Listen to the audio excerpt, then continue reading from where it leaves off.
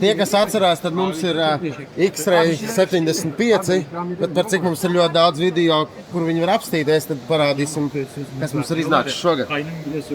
Šogad mums ir iznācis jaunais, vizuāli vienāds, ir dažs atšķirīgi pret X-ray 76, kurš var strādāt ar lielāku ātrumu un viņam ir labāka detektācija. Tagad ir produkts, parādīsim ar vistu, filēja, uztaisīsim jaunu bildi.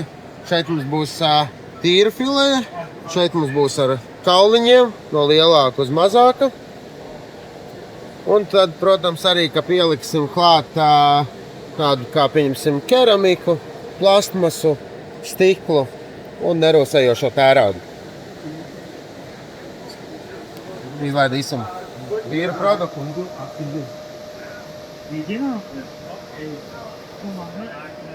Ja, redzam, ka produkts viss ir kārtībā. Kas ir šim ļoti foršai iekārtai, ar ko viņi atšķirās no iepriekšējās, ka mēs varam bildi paņemt, pavilkt, kā mēs gribam, pievilkt tuvāk, kaut kā tā. Tad nākamo paņemsim ar kauliņiem. Vēlreiz parādīsim, cik maziņi.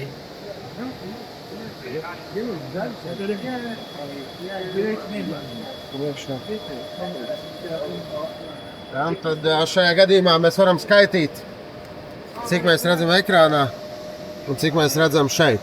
Tad ir 1, 2, 3, 4, 5, 6, 7 un 8 ļoti maziņš. 1, 2, 3, 4, 5, 6, 7, 8. Tā kā šitā mašīna savā jūtīgumā ir ļoti laba. Atradīs principā da jebko. Uzliksim, varbūt sāksim tādu vienkāršāku no 0,4 līdz 1,2 mm nerūsējošo tēraudu.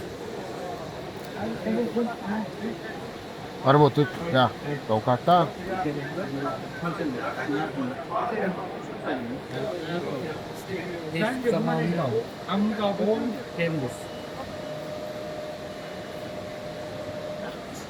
Viņš pat nodektē pašu plasmasu, bet pat plasmasa daļiņu nodektē, bet redziet, viņš var atrast. Mēs varam redzēt, jā, ka tā ir plasmasa daļa. Attiecīgi atrod viss metāls, nu un tad vēl sanāk, kad no šo stūri, kad ir gaisam. Tagad tā, ņemam nākamo. Nākamo ņemsim Kvarca stiklu. Jā, no 1 līdz 4.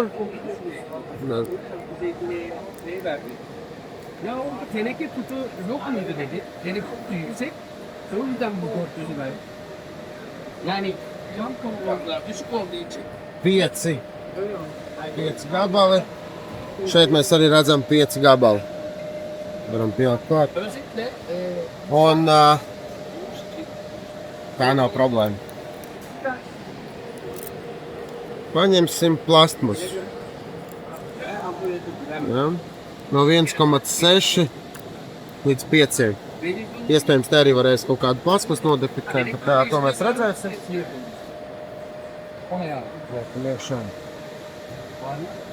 Redzam, ka ir 6 no 6. Tā.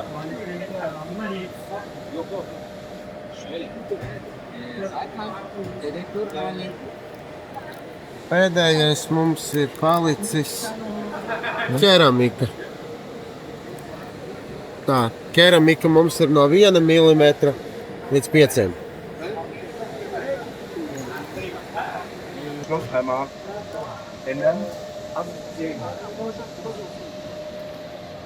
Tā. Kaut kā tā, nu iekārta ir jaudīga, iekārta var atrast visu, tā kā, ja jums ir kaut kas labāks tirgu parādēt. Kā jauka diena!